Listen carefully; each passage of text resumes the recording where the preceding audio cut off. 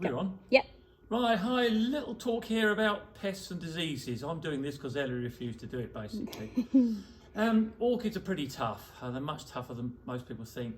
You know, a green fly can't get its proboscis through the cutin on a Cymbidium leaf, for instance. But we do get some things. The number one we get with the Cymbidiums is this little fella. This is scale, a hard scale. The very white ones are actually already dead, but you get these sort of little browny ones, and they're like the mothership. If you take that off, you'll find there's about 3 or 4 little poached eggs underneath, which are baby ones. You can spray till the cows come home, to be perfectly honest. It's very difficult to get rid of with domestic insecticides. The best way is to get a damp cloth and literally wipe the leaf. So you disturb all these, you'll actually wipe it through. And that sort of disturbs the mother ones because they're very hard, as the name implies. So if you can do that, it actually breaks down the outer covering. And then what we do then is say spray. Now, we recommend this sort of stuff, the ultimate bug killer. Now, depending on where you are in the world would be what you get, but it's just a general low-powered insecticide, basically. Obviously, wear some gloves, be sensible about it. But the clever thing is to do this once, so wipe and then spray. But the clever bit is to do it again 10 days later, whether you can see the pests or not. Because in a lot of cases, the immature insects are microscopic. You can't actually see them. And they can often survive that first spray by being shielded by the parent. So by spraying, or rather wiping then spraying, you hopefully get rid of 90% of it. But then that repeat wipe spray should hopefully knock it down. To be honest, you'll never get rid of it completely. So that's the number one. The number two is the Mealybug. Now, the Mealybug, again, this is not a particularly good example, but they make this white fluffy mealy stuff, hence the name. That there is just as the scale was. It's to protect the insect itself. It's a white fluffy stuff, and again, you can spray all day, but you can't spray through that meal. I mean, that's what it's there for, to protect them basically and stop them being eaten by insects. Same thing applies, is to actually wipe down and spray and then repeat 10 days later. These are more common on warmer growing things. Phalaenopsis really suffer with this. These little buggers can breed about every 4 hours when it's above 22 degrees or something. So from 2 you can have, and it just doubles up all the time. It squares itself, 2s to 4s to 8 to 16, in no time at all. So it's worth checking your plants every so often. Again, more with the Phalaenopsis, you can get right down in the axil, in the top piece there, under leaves. In fact, often you can see it on the back of the flowers as well. You do get scale with the Phalaenopsis, but mostly it's going to be the Mealybug. So they're the most common ones. We get other things in greenhouses, which hopefully you're probably not going to see in your house, is mice. That's a mouse trap. Okay. Mice love eating the pollen. Pollen is very high protein. And I've literally come into a greenhouse and I found a mouse just swinging on a closed bud, nibbling the way through the end of the bud to get to the pollen. So they can actually smell the pollen through a closed bud. So each of our benches has a little mouse trap on. It's not very nice, I know, but I much prefer to trap them, kill them, rather than using a bait, which is a slow, horrible death. Plus, you don't know what's going to eat the thing afterwards. I mean, Ellie eats a few of them, I know, but I'm more worried about things like owls or whatever, picking up an infected mouse. So we do trap them. Another thing we can get, which we get in this country, I don't know, depending where you are in the world, Bumble Bees. Right, that's what a normal flower looks like, okay? Now, this is a flower that the bumblebee has got and has actually taken the pollen cap. I don't know if you can see there. So that's the pollen is there, okay? And it's missing there. And this is a perfectly natural process the plant does.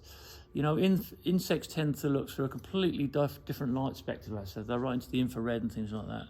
Now, we don't see half the colours in a flower, an insect does, but more importantly, when it looks red to us, that is actually black. So it's made that flower look uninteresting.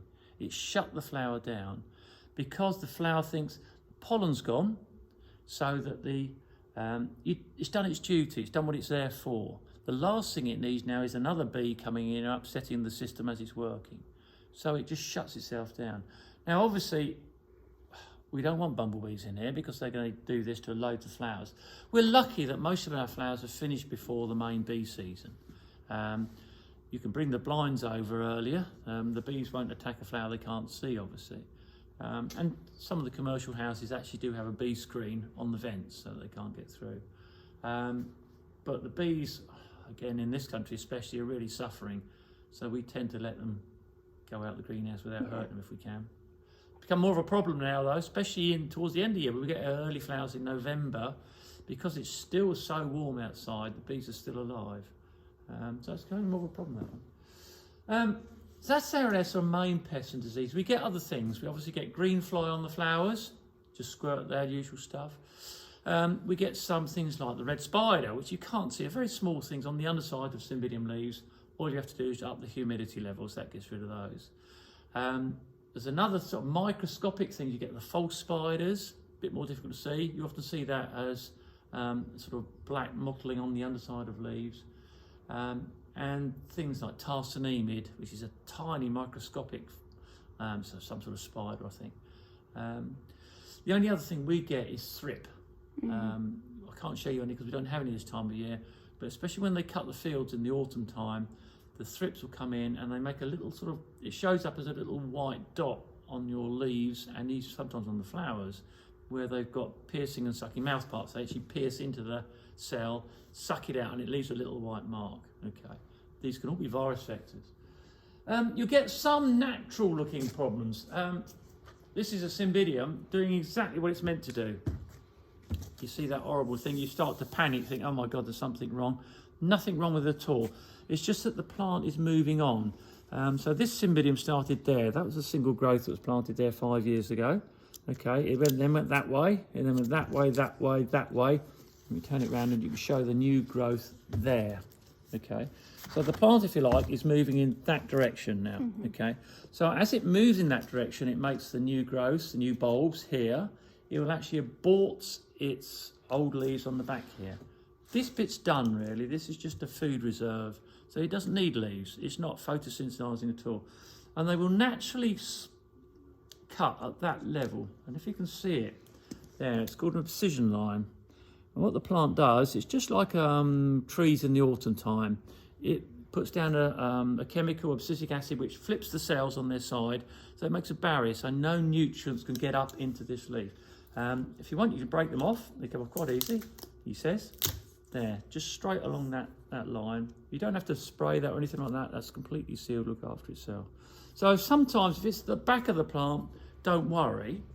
But conversely, if it's at the front of the plant, your new bit, then panic. You've got some rot or something in there, which might mean you need to repot, cut the plant down to the cleanest bit and start again.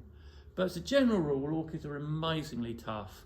It's just really the scale and the mealybug, and the mealybug's the worst one, to be honest. So just try and keep on top of that. Apart from that, I say a little bit of slug damage. Here you can see this was actually being eaten away by a slug.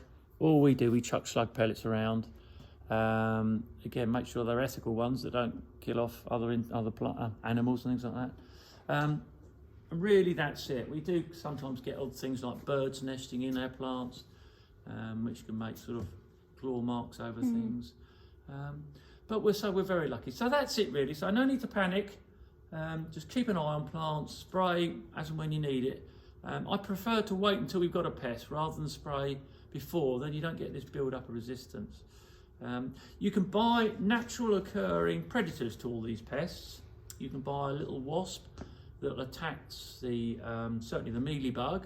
You can buy a red spider that eat little red spider. There's even one for the scale. It actually injects into the scale. So if you're worried about sprays, go down the insect way. That's it. Thank you, Jim.